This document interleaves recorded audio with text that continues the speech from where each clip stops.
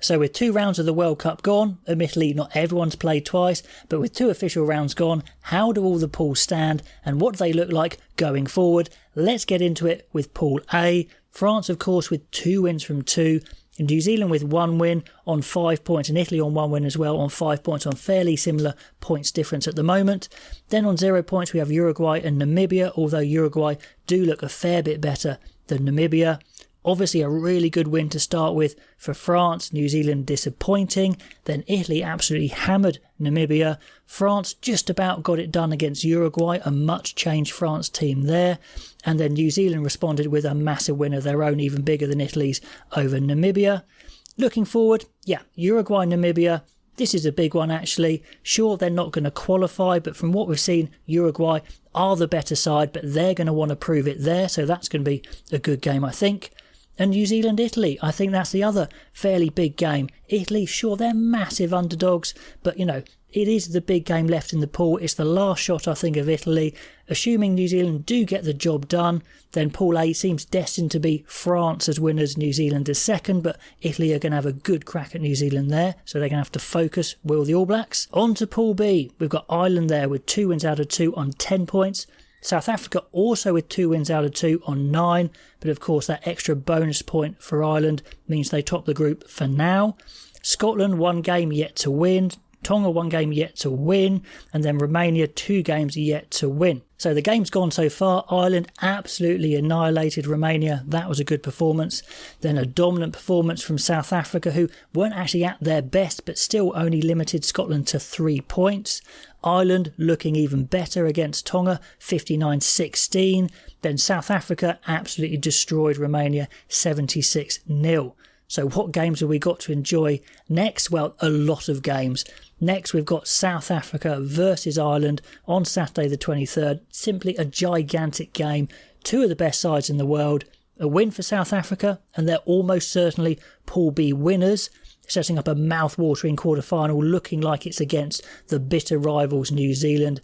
Amazing stuff. The sort of game you'd expect maybe in a semi or a final, but it's in the quarters potentially. Ireland are also 2 from 2 but haven't played Scotland yet, so this game is probably going to be even bigger for them, i.e. the Ireland-South Africa game, so they really want to win. A win really sets the pool alight actually, and it's good for Scotland of course, with any of those 3 teams still able to go through if Ireland beat South Africa. And from what we've seen of the team so far, they actually look fairly well matched to Ireland and South Africa, so the game should be through the roof, and it could be the sort of game again that has that World Cup final feel, but in the pool stages we are being treated. Then on Sunday, it's Scotland versus Tonga. Now every game is now a must-win game for Scotland, and after only scoring 3 points against South Africa, they're going to be desperate to put on a performance. But Tonga, they'll be disappointed with their performance against Ireland. They know they can do better, so that could be quite a spectacle of a game. Then going to October the 7th, I think then you have the next big game of Ireland versus Scotland, and then even if Ireland beat South Africa, this game still could be absolutely crucial to deciding who goes through. An absolute belter, a weekend of pool games there at the end of the pools. Amazing stuff. Pool B is going to be phenomenal. Then on to Pool C. Wales sitting pretty with that win over Fiji there. 2 bonus points as well. 10 points, just getting that second bonus point right at the death in the last game from Faletau. Fiji winning against Australia was obviously everything, kept them in the pool. They're on 6 points, Australia on 6 points, both picking up 2 bonus points with their 1 win. Georgia on 0 points, Portugal on 0 points.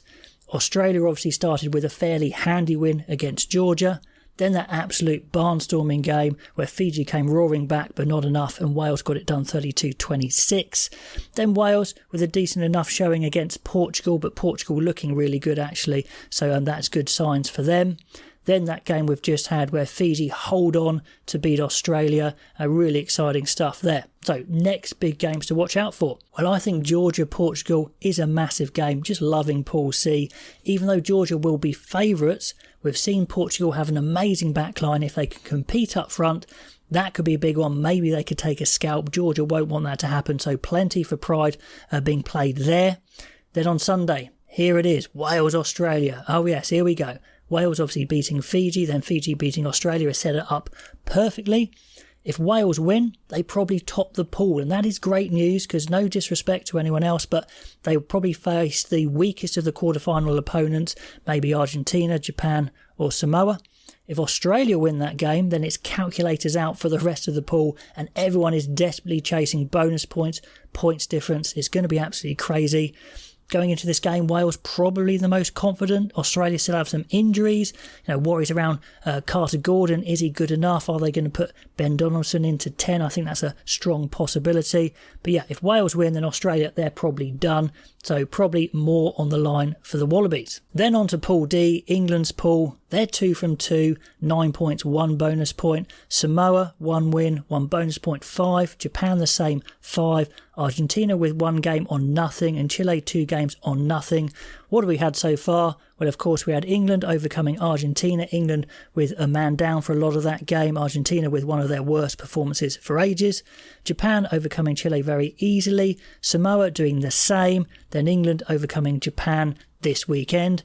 So what have we got to look forward to? Well, I think Argentina versus Samoa, that's going to be good. Argentina, so disappointed with their performance against England.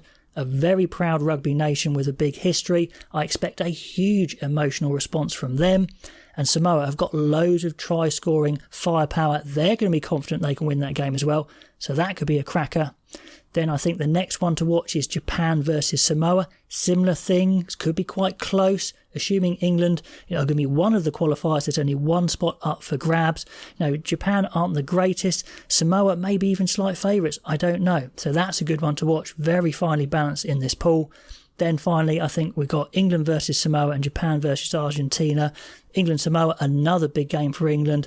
I think they're going to need to be better to beat Samoa, but maybe they will be after their game so far. And then finishing off with Japan-Argentina, maybe it comes down to this last game, who goes through from this pool. So I think this pool will come down to the wire, even though it's not the strongest pool in itself, it's very competitive. So let me know what you've enjoyed from the pool stage so far, what games you're looking forward to coming up, all those comments below, and I'll catch you next time.